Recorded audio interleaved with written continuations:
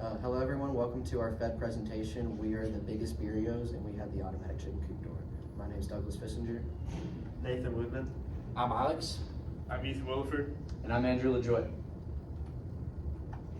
So our engineering design cycle implementation for this project, the first thing we did was ask a question.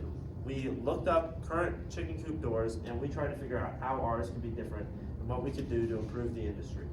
And the second thing, research. We researched what chickens like, their patterns of hibernating and how they eat and basically their favorite colors and stuff like that. And then we imagined a solution for this. So we came up with like a button that the chickens can peck. We'll learn more about that later. But we basically use this engineering design cycle to create our prototype.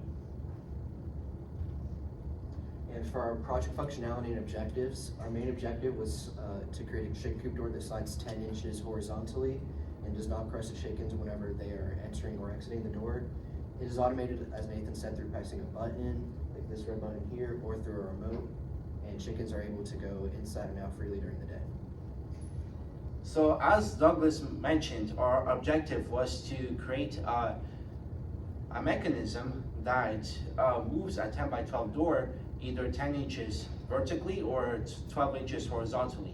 We explored different options such as vertical pulleys, but in the end we decided a motion rail system that moves the door horizontally was the most cost-effective and functional solution. So over here you could see our preliminary CAD models where there's a door that's basically moved by a bearing system. And we did some iterations of the model with the end result being like this. A lot of our models, they failed stress testing, as you can see here. But in the end, we ended up with something that could withstand a pretty long time. There's basically a gantry plate that's being moved on the rail via a couple adjacent wheels, and that gantry plate in itself is being moved by a timing belt that is being pushed by a motor in one of our plates. The other plate has a wheel bearing that basically supports the motion of the timing belt. So these were our prototypes. As you can see on the top, this is our rail with our 3D printed holders of the rail. And on the left, it's the one that holds the motor in place, and on the right, it's the one that attaches it to the frame.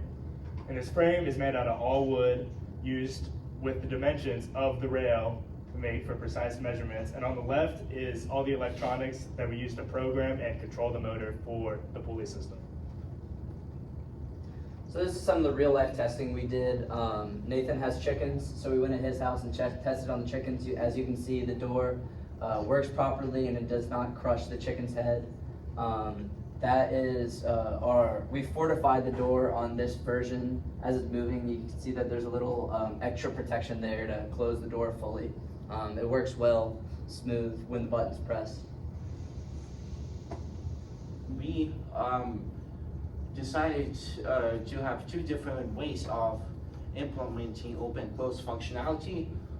One such way was through RFID tags. Unfortunately, that proved to be a little too tedious because the range of such tags was too minuscule to actually have in a feasible design, and it was rather unreliable. So we segued into using our remote control for automatic open-close and have a huge red button for the chickens to peck.